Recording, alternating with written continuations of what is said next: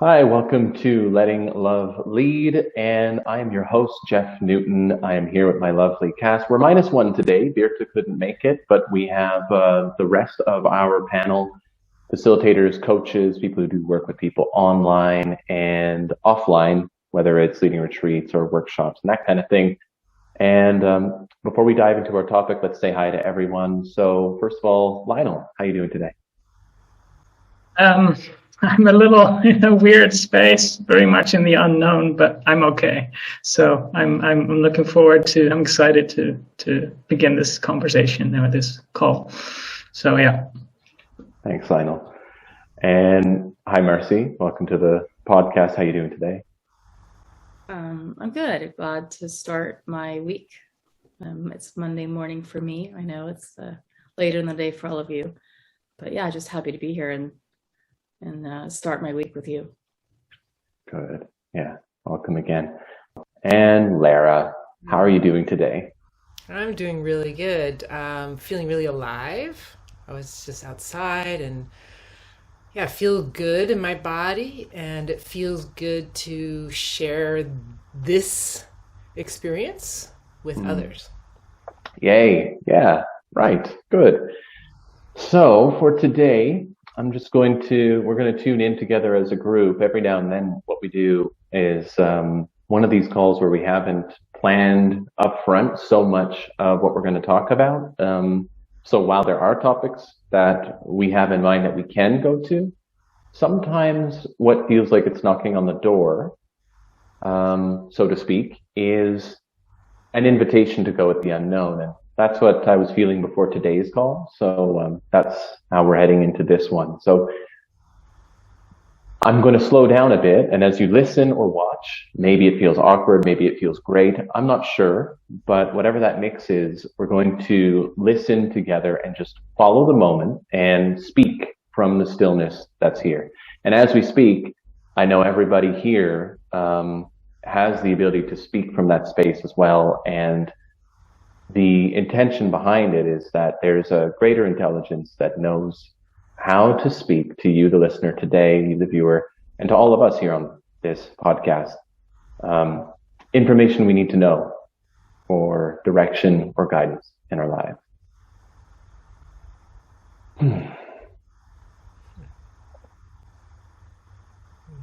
So welcome, and thank you for entering the unknown with us. The first topic I'll start speaking about is transitions. So no matter what time you're watching this, we're recording this, just over a week out from the new year. But no matter when you're watching this, transition is an essential part of life. And sometimes making a transition can be disorienting, can be painful. And I sense that many of our viewers might be aware of that. However you came across this, might be aware of that awkwardness of transition. Maybe there's hopelessness. Maybe you've got plans for a better tomorrow that aren't panning out just yet. Maybe you've just suffered a disappointment. Maybe you have no clue how it's all going to come together. So it's a bit of a sensitive subject, but nonetheless, it's an important one.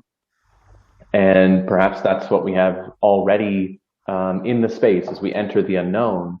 Transitions often have that element of confronting the unknown, confronting feelings of helplessness, confronting not knowing the answers, confronting silence. And in that space, we can also get closer to hearing voices inside of ourselves about what we want.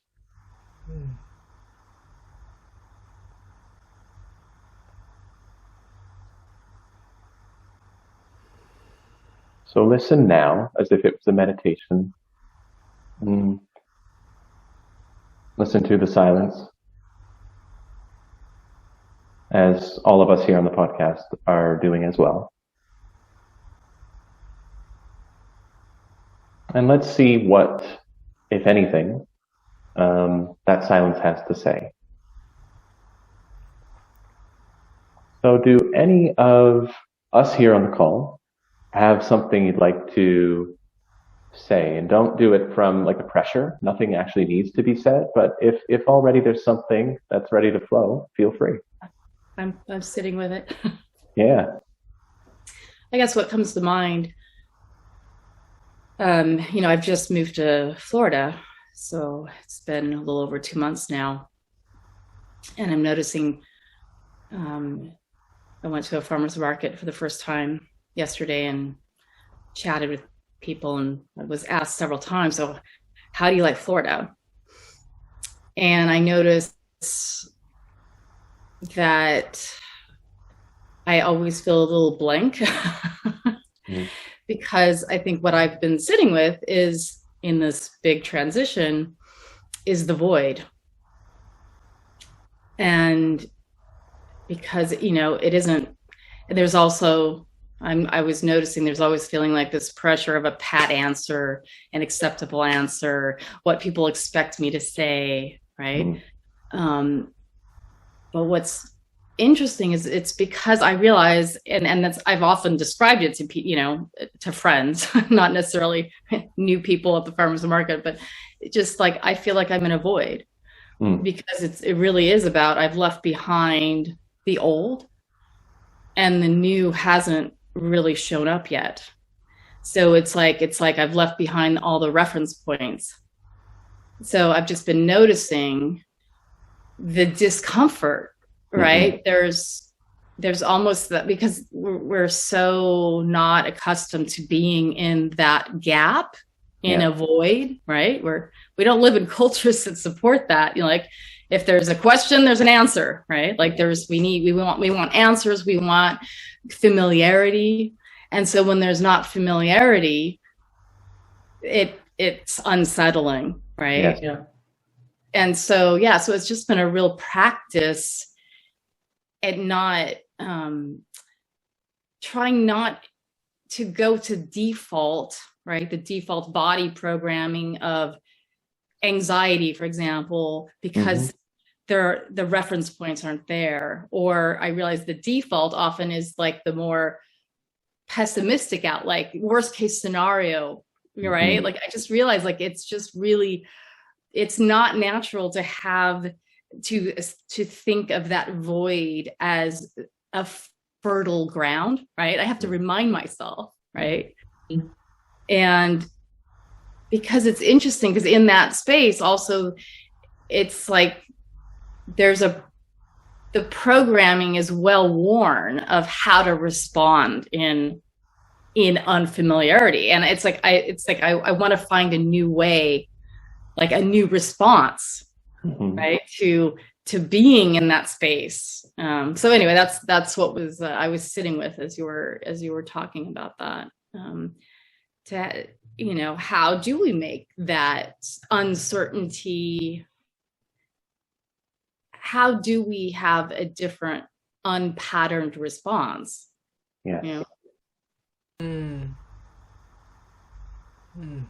I was thinking it applies to even like our business, right? I was just, the defaults, like I want to put myself out there. The default response is the fear of what if the XYZ, right? Like, rather than what if I just did it without all the patterned, XYZ responses, and like just did it like in the spirit of this call, right? Letting love lead. What's the pattern for that? We don't have one, right? It's like you're making it up as we go along. What does it mean to let love lead? What does it mean to let uncertainty lead? Yeah. I really liked, for whatever reason, I'll sit with it, but I really like when you said unpatterned response. That is what it feels like. And that's the, like some of the terms that spiritual people might use to say the same thing is like you've got karma and dharma. The karma would be the pattern that we act out when we're not acting from spontaneity of the moment. And dharma, or that kind of alignment, is the unpatterned. That's always knocking at the door of our habit system, going, hey, habits, can you like relax for a moment? I'm here. I'm safe. But it is hard to trust.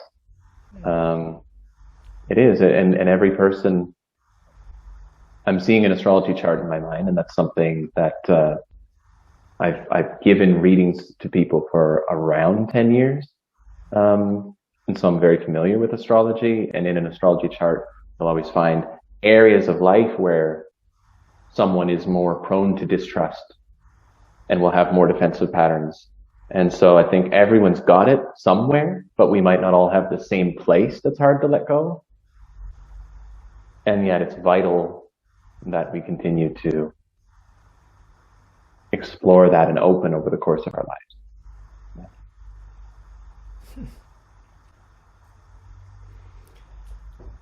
Yeah, I just was exploring the emptying out. So, and seeing it as, oh, what if I could see it as permission? Permission to not know. Yes. Permission to put something down, or, oh, I can, or even permission to say, well, what if all these patterns, the patterns that I've been doing haven't been working, so why not just go, pff. And what happens when I empty out? Mm-hmm. Then there is actual, there's a number of like actual experiential feelings. Like I feel lighter. And then there is also an aliveness there. There's a freshness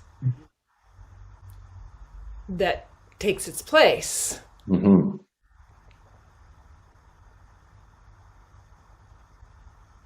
And then I do notice with that emptying and freshness, there's a lot of different things that can come in. Like there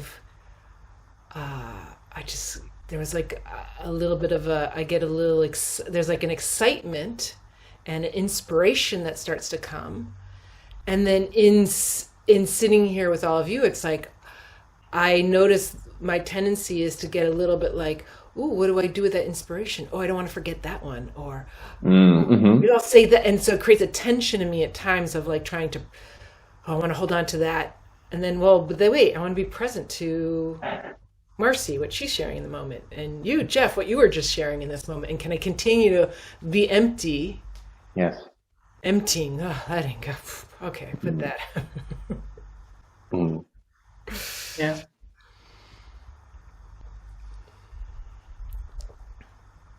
I was thinking, Jeff, that you was thinking about the live stream you did on Friday. And what's coming up is how well you model, you're modeling that being, letting love lead, letting being in the uncertainty, because you're showing up and just you're following the energy of what you feel moved to talk about. And what was occurring to me is like the domino effect, because you doing that allowed me, so I jumped in halfway through. But what I realized, there was already a little bit of discomfort because, I'm pretty rigid about my morning routine. Like I get up, I do my breathing and then I do my exercising. And I realized that was the littlest thing, a deviation from that, I feel discombobulated, right? So I woke up late that day, and then I remembered you're doing your live stream and I jumped on. So there's that part of me that's like, does not compute. I haven't done my normal routine. I'm out of order, right? There's that feeling. Mm-hmm. And it's the littlest things, how it shows up, right? It's just our attachments to our, what makes us feel safe and whatever. But what I realized was, but getting out of that, letting go of the, what I need to do to feel comfortable for my day, right? Mm-hmm. But something else opened, right? There was such a gift to jump on and be part of that dialogue with you, and something else unfolded for me. That day, or I allowed a process to unfold that had I stuck to my routine, I would have missed. I probably would have suppressed. There was stuff coming up, but there wouldn't have been space for it. So anyway, I guess what's occurring to me is like it's a domino effect. You show up, you model it, you do it, and then it leads to my ability, right? To do that, to the next thing, you know? And so, yeah, it was a gift that I would have easily missed, right? Had I said, I've already missed the first half hour and, better not to participate because besides I have to do my morning routine, you know? Mm-hmm. Yeah. Thank you. And I think, and if maybe someone else wants to do this as well, feel free. But I also think of the same thing that you're saying, Marcy, about the people who are listening and watching as they practice following the unknown more in their lives. There's going to be the same ripple effect out to people in their lives that they care about.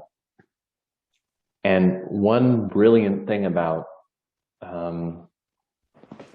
states of being, like right now, as you're watching or listening, there's a feeling you get as we speak from a slower, stiller pace. And often when you or I slow down to that rhythm, it allows a sort of a transmission to take place that's beyond words. And the transmission tends to change the receiver in the moment. It changed their state. For those of you that don't know the term, there's something called entrainment. And entrainment would be a metaphor for it. It would be if you see birds flying together in a formation, they're sort of in this entrainment with each other. And the same thing can happen with states, where if one person's in a certain mood, you could say, they can have an influence on others around them.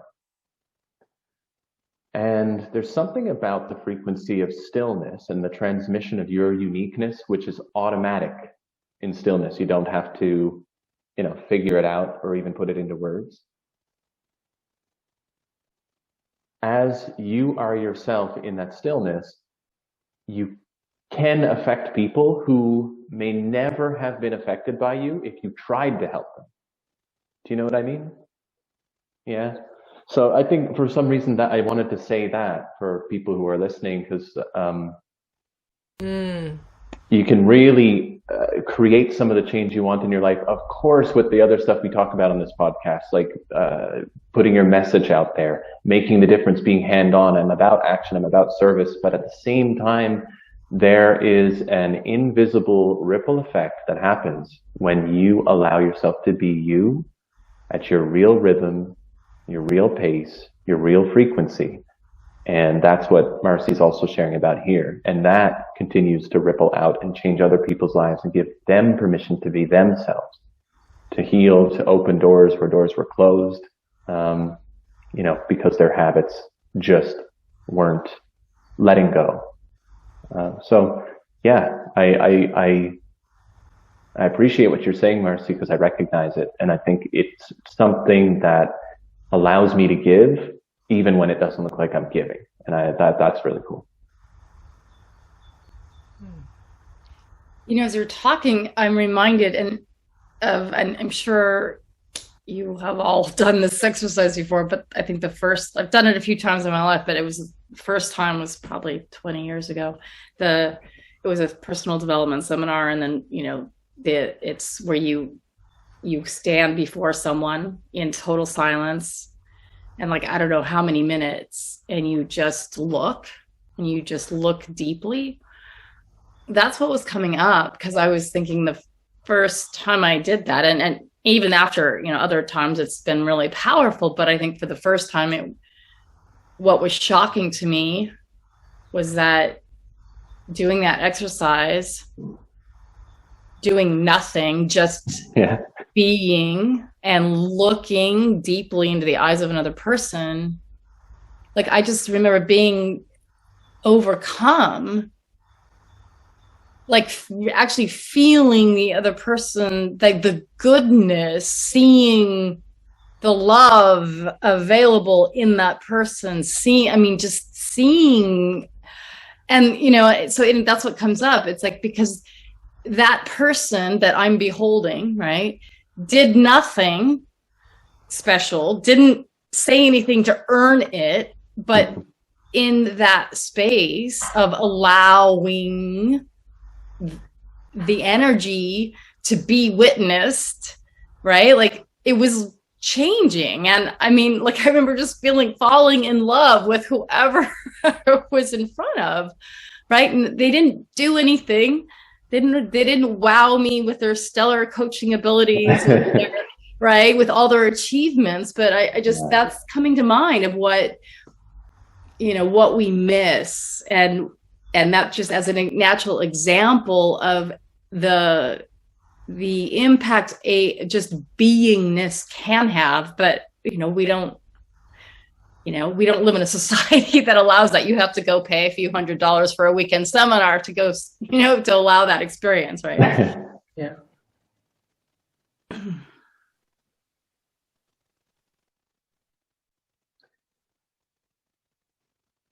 So I just wanted to say about the topic of transition is, I notice that when I'm in transition, my habits tend to grab onto the things they can control. So instead of a transition looking like me dropping into that state you're just talking about, Marcy, at first it'll look like to-do lists. That's my thing. It'll be like to-do lists, decisions. Yeah, right. What's the next thing? And trying to organize it and get it all in my schedule in. Things like that, for example, when really the situation calls for less figuring it out and more opening. And I find that's one way I could say I'm learning to handle transitions better. Because transition is about letting go of the old, opening into that void.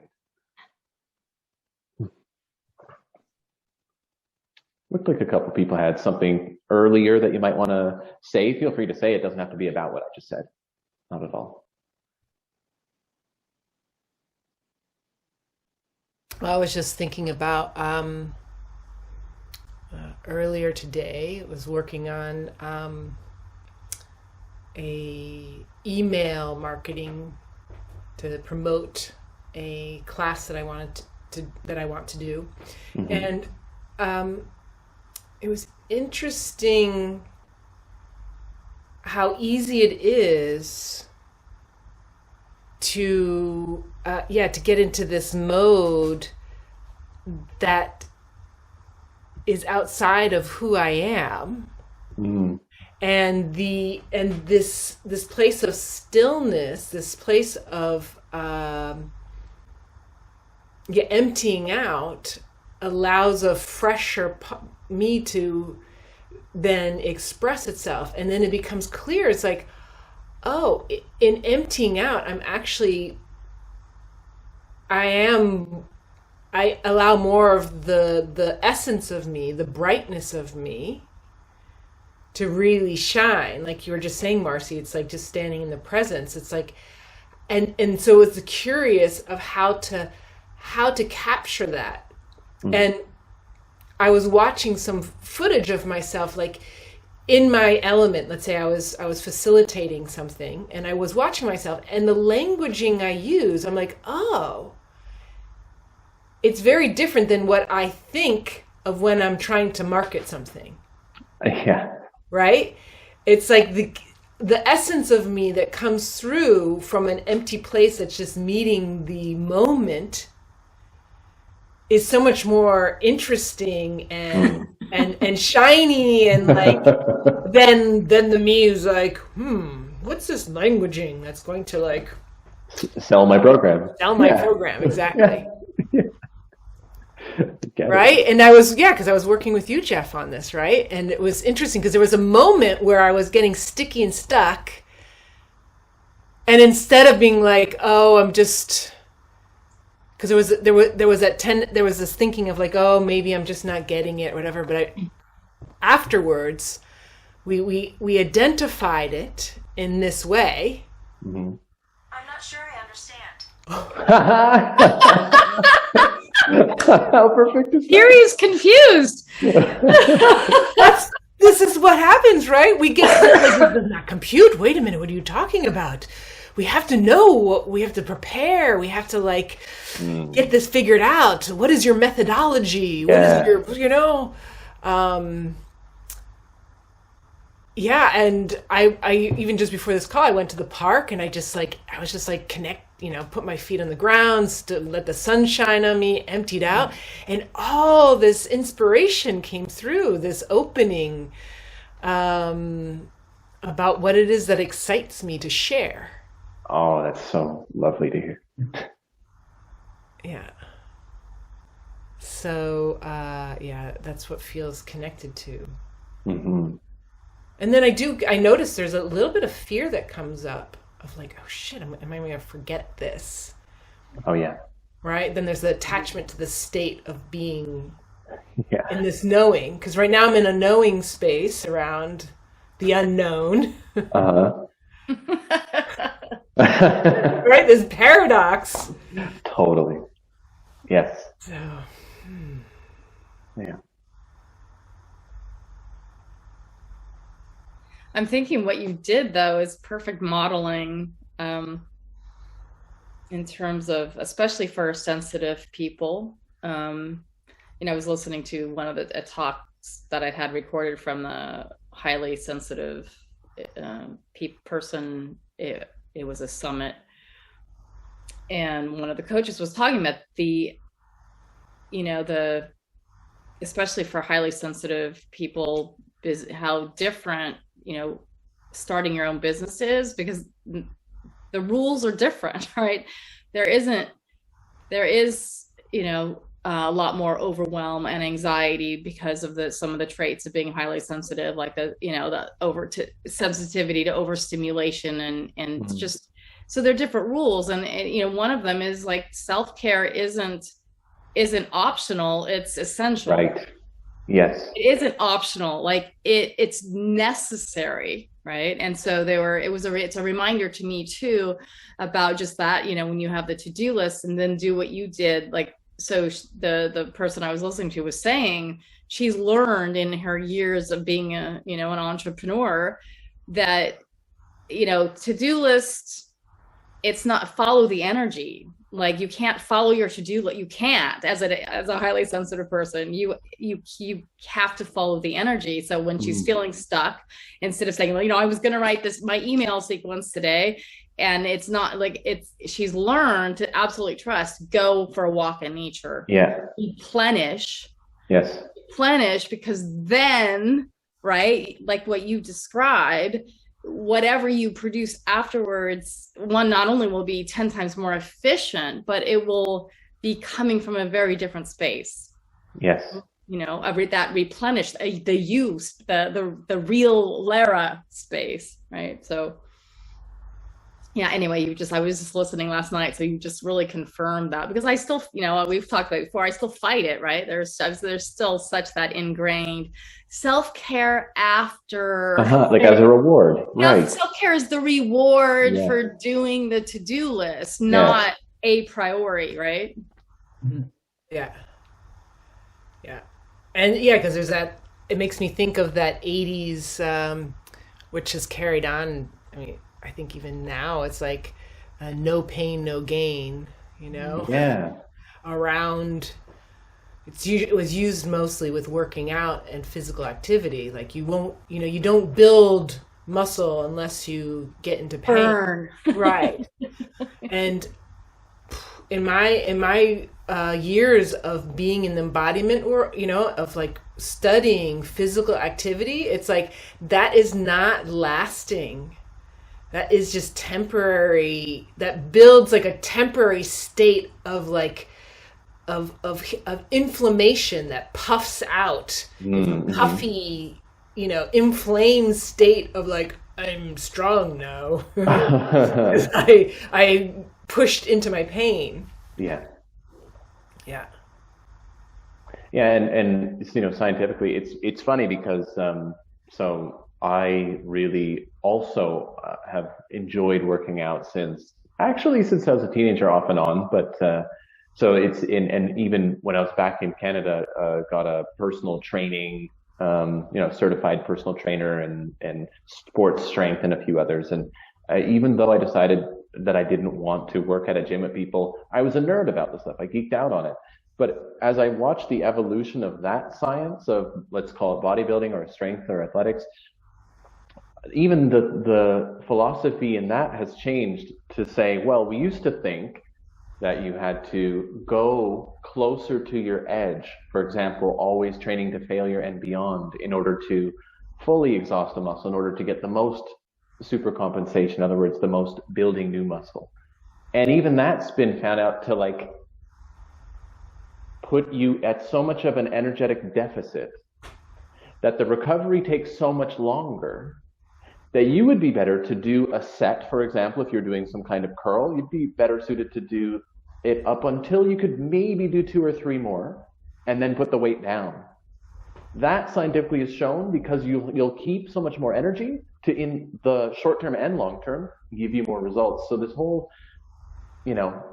idea that there's some reality, or at least where it's true, and where you can just push and get pain and then you'll get your results, and in other departments maybe not, and it just looks like more and more and more, it's really only special circumstances where you need to be pushing into your pain to get result. But as a center in your life, like you said, Marcy, and I agree 1,000% with what that lady was saying, that you mentioned. I used to put get my work done or be good or be productive or whatever in the center, and have if this was a flow chart or something, a mind map, I'd have a line going out in a smaller circle and say self-care. And I have had to flip them. Like you said, I have a schedule and I do go to it, but if something really feels off, I just have to stop, let go like we're doing here, and follow the impulse for what I want. And the impulse will take me to the grocery store, it'll take me on a walk, it'll take me to a workout, it'll take me to watching something that looks pointless. And it'll be I can't really be just indulging in TV right now. I'm supposed to be, results oriented. But sometimes it's only after 10 seconds of watching something that my nervous system kicks in with more resources and goes, oh, I know what I want to do. Or maybe it's an hour later, but whatever it is, that's turned out to be the only way I can function, because doing it the other way around kept me stuck and feeling like I must not be working right. I don't work right. I mean, I sit myself down, I'm disciplined, I try to do the good thing, and it doesn't happen. What's wrong with me? But if after flipping the order, I'm like, this works for me. Mm-hmm. Lionel, I hate to put you on the spot, but you've been so quiet today. Yeah, so it's an interesting space we're in, right? With this deeper feeling coming through. But for me, that's it's a space where I get really quiet because I'm practicing feeling what the space does in my body versus having my ego come in and immediately begin to talk about and having answers and having solutions and doing things and thinking about things. So for me, it's an important practice to just hold that space of being that we're talking about, and all the voices that were shared are very important. It makes me curious what you are, what that is. Like you said, you're feeling what the space is doing in your body. Mm-hmm. What is that? Yeah, so I feel it in my chest, in my heart space. There's a lot of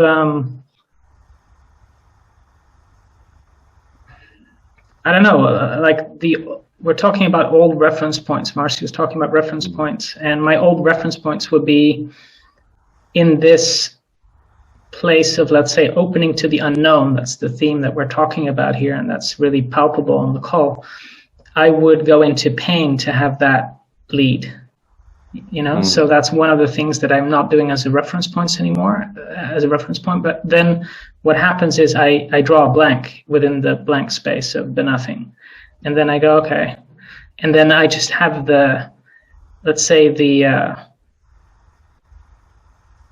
I have all kinds of stuff come up that I no, okay, that's not it. Okay, this is not what I want to go. Oh, this is not what I want to say. Oh, this is not where I want to go. It's like just feel like dead ends from the past. But then there's, like Marcio's saying, that's the old, but then there's not yet the new. And all I can feel is there's a pull of a deeper truth that wants to come through, but I don't know what that is. And I shared on another call recently that it's, I think that was last call, that it was pretty vulnerable to have that truth come through. So I'm still very much in an observer mode. Like, do I really trust the unknown? Do I really, like, in this space, it feels like I just don't, yeah, there's a real paradox. There's this, I just don't trust it yet. That's just the bottom line. So I go, okay, we'll have to see. Like there's a part of me that gets really cynical. It's like, okay, so this is supposed to have all the answers. Then I'm not supposed to have, this space has all the answers. Oh, well, let's see then what happens in that space. If it knows better than me, then, so that's the ego piece that comes through. It's like, okay. And then I just sit in this space, if that makes sense. Yeah, so easier not to share that, actually. Thanks for sharing. I actually want to honor you, though, because, I mean, we know each other, and so it's noticeable your lack of speaking because, you know, that's your strength, right? It's a lot of words. So I just actually want to honor you for trying that on, right? That going against the familiar. Right. Yeah. So. Yeah. Thank you. Yeah. I felt really lit up. Just you stating about being in the space of feeling the effects, like being in the curiosity, even though there is the distrust, that there is this, okay, well, I'm open to see, and it has this impact on my chest and this part. So something's happening, even in the emptiness. So that touches me. And it engages my own sense of like, oh, what are some of the things that, brings me back to, again, to another layer of stillness of like, oh, am I really listening to what's happening in my body? Like stillness. Am I really still? All the way, like what parts of me aren't still?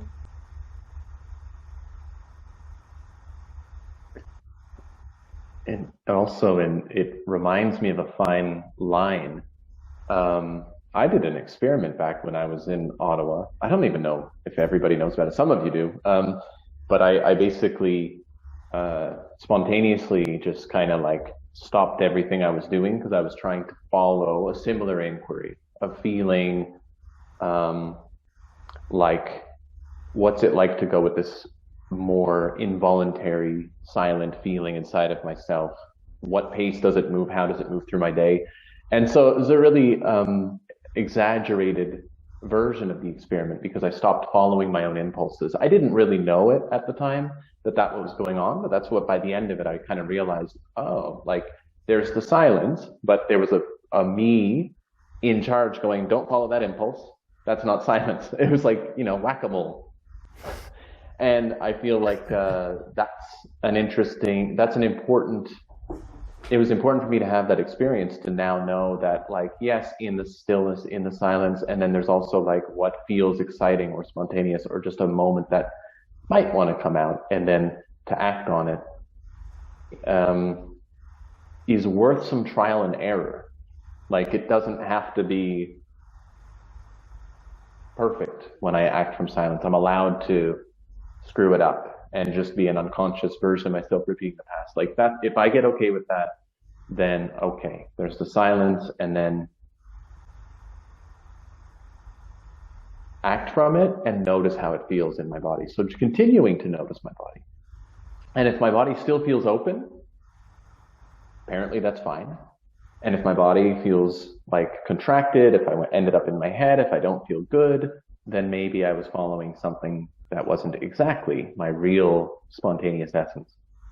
And this topic of our essence has come up so far in a couple of ways, and I find it, I just like overall what's happening is there is this like still meditation, silence kind of thing, but some people don't even like that. They really hate silence. And that might mean there's like, they especially need to go there, but also I've noticed people get access to their essence through flow, right? Like doing their favorite activity. And that's what we were talking about, stepping away from the computer, going outside, from relaxing. And then here comes the flow of that essence, because something about doing what felt natural to you, and giving that permission to be, gave you access as well. So when you share, Lionel, it makes me interested in the second half of that equation as well. And I don't mean for you to necessarily do right now. I just mean as a topic, like, okay, you're following the moment, you're following the, how does it feel in your body? And then there's also like play, doing what you can get absorbed in, relaxing, doing what feels kind to you.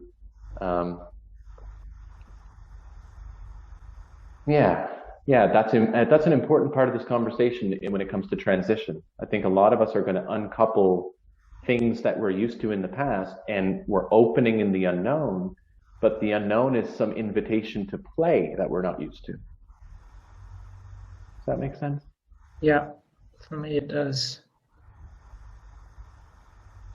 Yeah, it's interesting. As you mentioned that, Jeff, I can feel in me, in that space, right, connected to my heart. That would be the second half of this. For me, it would be the invitation to play, but in my experience, let's say, in my history of experiences, that would be like something at total odds, at the opposite end of a space of anything that has to do with productivity or work or showing up or doing your thing. So it's like, okay, so play is definitely not possible. That's over there. It's like work and seriousness and getting things done. That's over here. Play's over there. They don't go together, you know? Yeah. So that's where I can feel in my system, in my heart, I can feel there's a lot of grief still, and that comes up in this space too. But it's deeper, but it's sort of there, you know, sort of like beginning to show up if I sit in this space long enough. So it makes it even extra uncomfortable. So yeah, it's a good one. And I don't even see that often. It's like you just mentioned, it's like, oh yeah, but I'm still getting to, like you said, Lara, the discovery, the curiosity of the discovery of that's actually happening in that. There's so much happening in that space of sitting in this being state. Yes. If it's connected and open, like you were saying, Jeff, with an open heart, there's just a lot to. And one other thing, my mind then goes to, okay, but then I need, like in life, right? It would be, okay, now I need to do something. But then when you do something, it's like, if it's not coming from the space, it's, oh no, you can't do without coming from the deeper state of being. Okay, I have to be. Then when I'm being, nothing happens, so you have to do something. And this back and forth makes me a little bit confused, or actually very confused. So it's being a, okay, well, then I'll just observe, you know, and just let the being, like flip back and forth and go, well, till I have an answer. I'm just going to sit here, you know? So that's my bit. What I noticed from what you share, though, what was the important distinction, though, between, I think where we get stuck is we forget true curiosity, because the default becomes, oh, I have to figure this out. And it's such a different quality, right? To go, oh, okay, let me be curious about this or what's going on. But I think we get all serious because the default is more, now let me figure this out, right? And they're so different, right? Like, so right.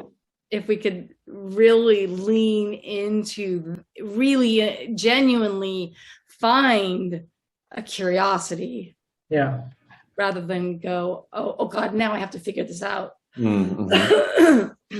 For me, also the piece around so leaning into curiosity and playfulness, let's say that's possible here. It also not only brings up the grief, but also the grief brings up the feelings of that not. I don't have a memory of what's there, but all I know is it feels like, if you have a track and you have a split in the road and it's like a playfulness or seriousness, then I've really been pushed into the seriousness track. And that track, there's a consequence to going down that road. So now that I've come back to the fork in the road, and it's like, okay, I have a space in me that's opening up to be felt, I feel like, again, the same point at which is like, do I go down the track with consequences or do I go down the track of getting things done? It's like, and it just doesn't feel like I can integrate both tracks yet into the curiosity of the now.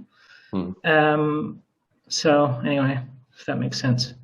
Yeah, and I do like your analogy because it feels like the what you're doing, and my hunch is that you're already doing it, and that I get it. You're not experiencing maybe the benefits the way you will one day of like, okay, right, now this feels really integrated. Yeah.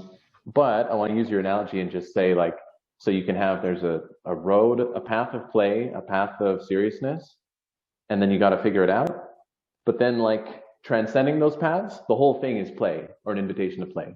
Like, do you want to play the serious game or do you want to play the fun game? But the whole thing's a game. And like, that's why it's nice to also that you said, I'm not worried so much about trying to figure it out. Like you're giving yourself the detachment and the ability to observe, because that is what adds to lightheartedness eventually of like, hey, this whole thing's a bit of a game.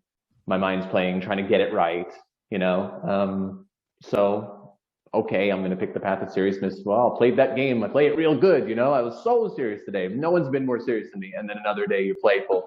So it's that's what's cool is that it's not, your analogy really works and in this example, life is an invitation to play, but it includes, like we've said on other calls, and what we learned in Heart IQ through Christian Pankhurst, especially, it includes all the emotional ranges.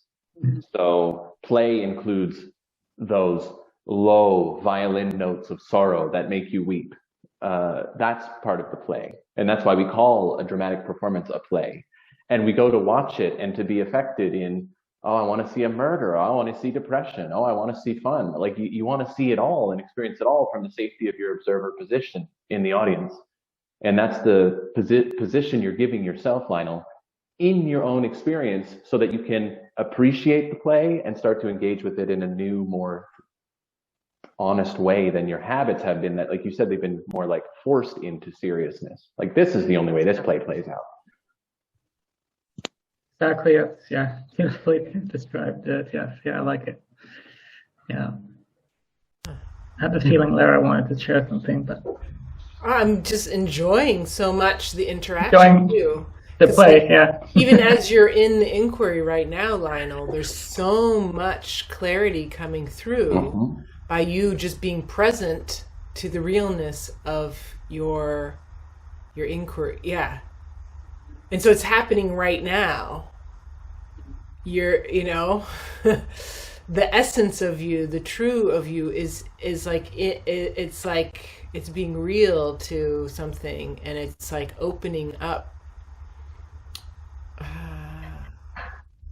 It's like untangling, like it's laying it out in a way that feels, it's enjoyable. Yeah. And I was thinking about that before, about how, well, the unknown, like in where in life do we are we given permission to enjoy the unknown? Right? And oftentimes it's usually an entertainment, right? Yes. Like where we like to be scared, like people love to be surprised. Yeah. And granted, there's some people who get anxious around that, right? Yeah. But yet still there's like, there's something that the juiciness that we get prized, fresh, unexpected.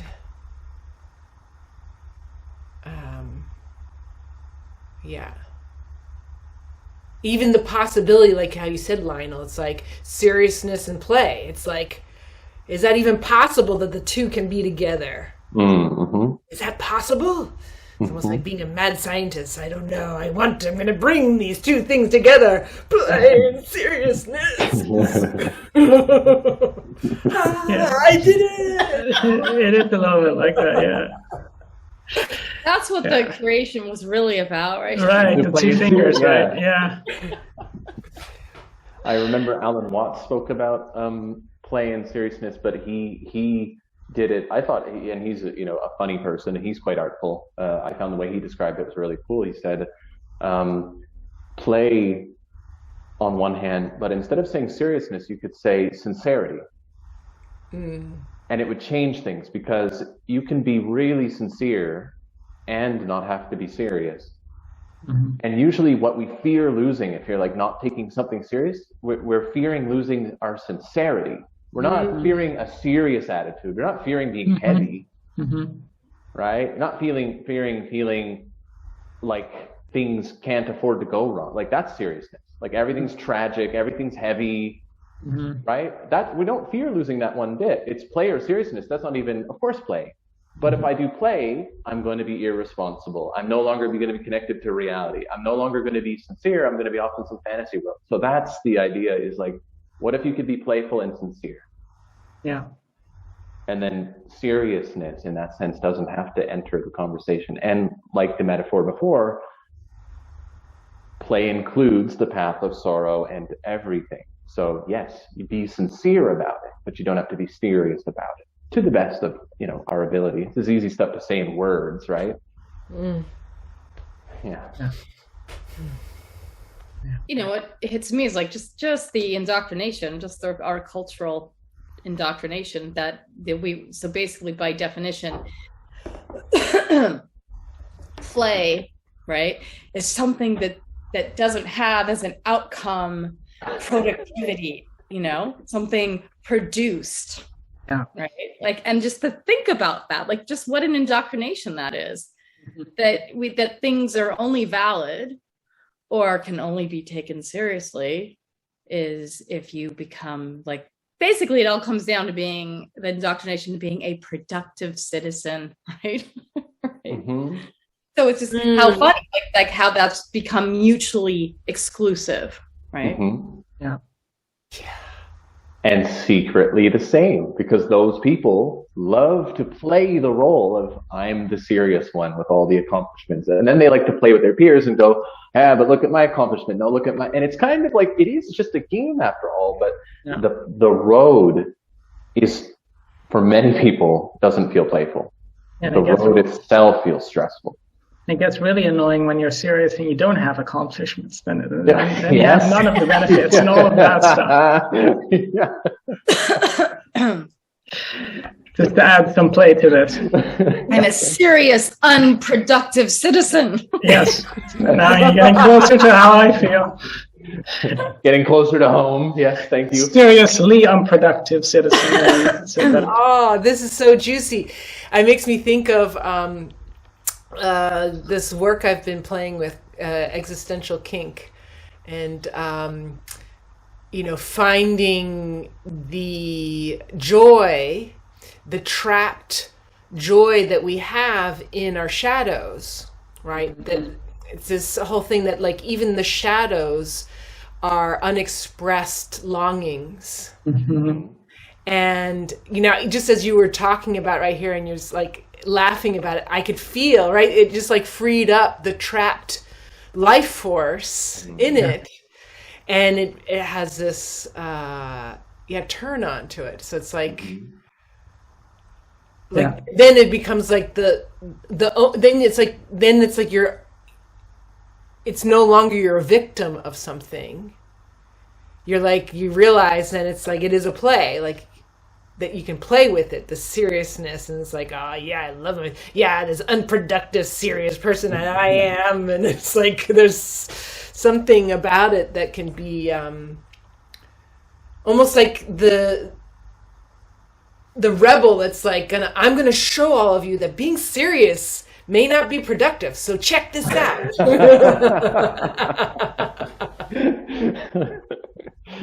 It's true though. It's really interesting when you share that, Lara, because when for me, when I take being seriously, it locks up that life force. That's when it really locks up in my body.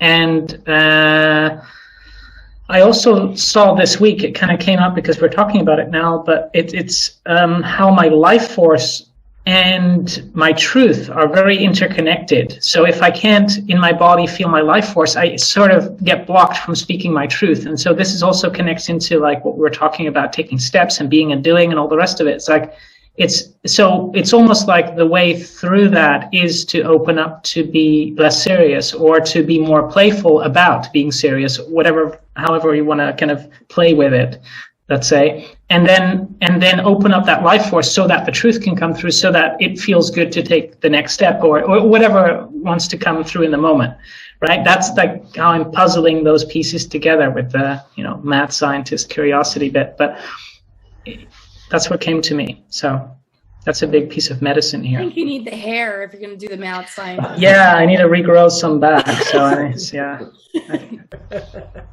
Buy the wig. It might work. Yeah.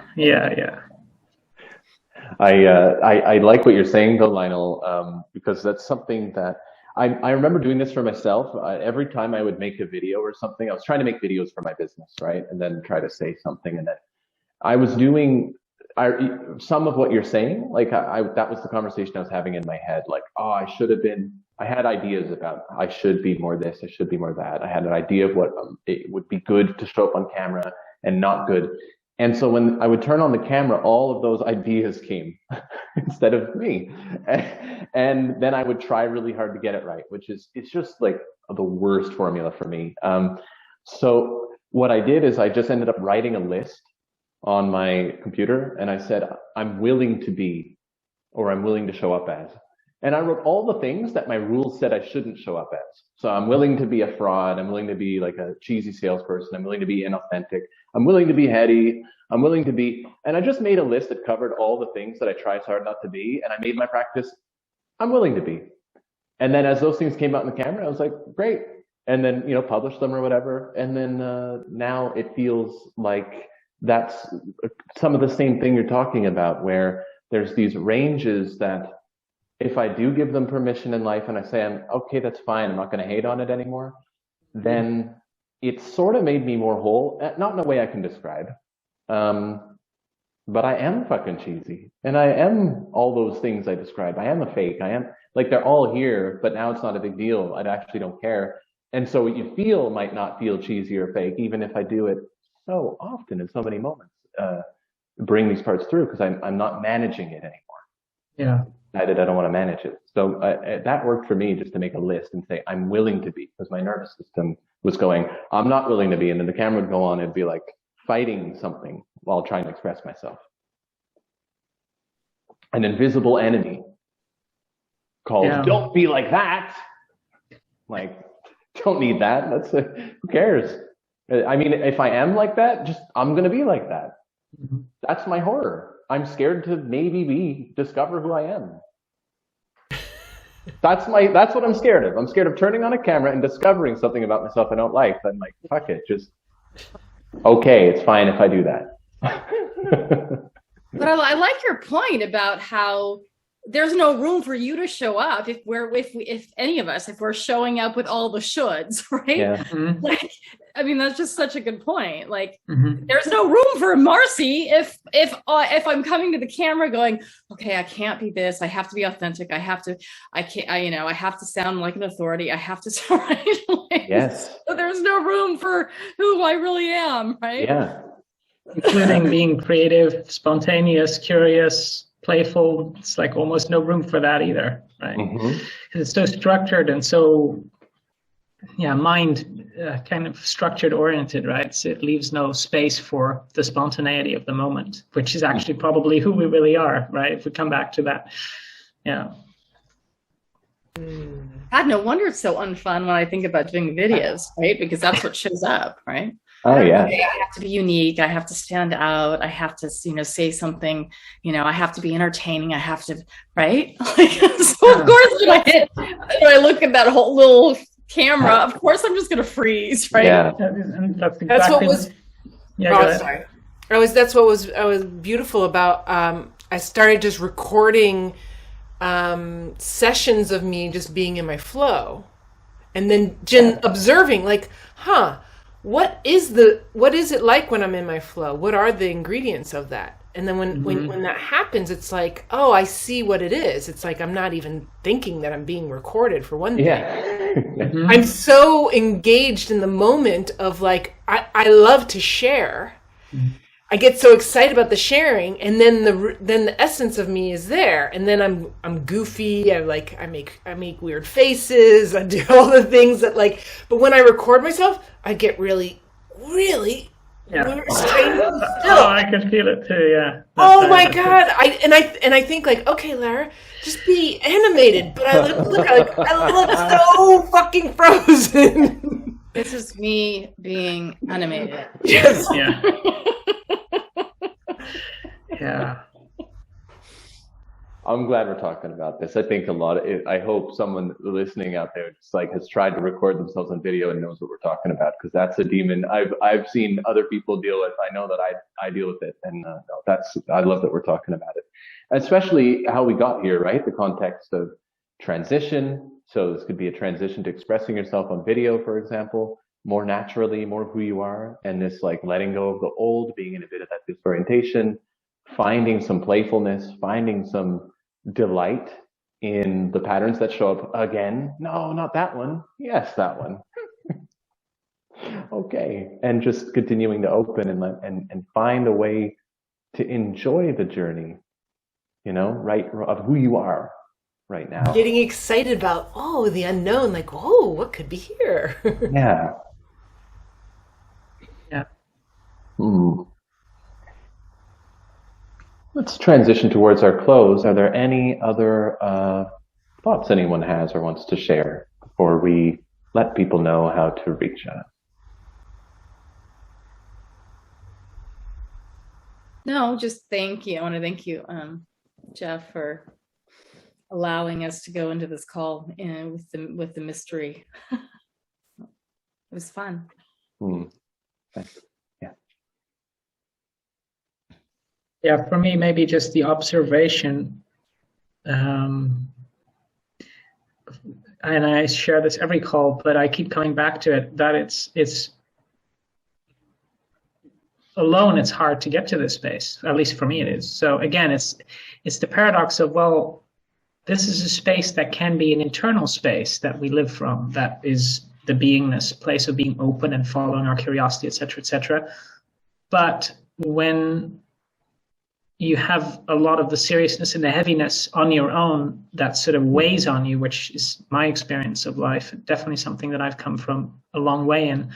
Then doing this together in a group with all the feedback and the support actually brings in the lightness that helps to bring in and the reflections and the support and the openness in the group space like we have here on this call, for example, really brings in that new, to be able to hold on to it a little bit longer without maybe being attached, like you were saying, Lara, before. It's like the attachment is something, I want to stay in this space, and then you become attached. But at least to hold on to it, to stay in that expanded state longer, is really critical. And I think for the viewers, those of you that are watching this, you'll probably have felt this too in the space with the call, and see what that does with you, because that's something that I think is really fascinating in group spaces when they're this high quality, that when like ours here, which is facilitated by you, Jeff. So yeah, that's what I wanted to add in. Thanks. Yeah.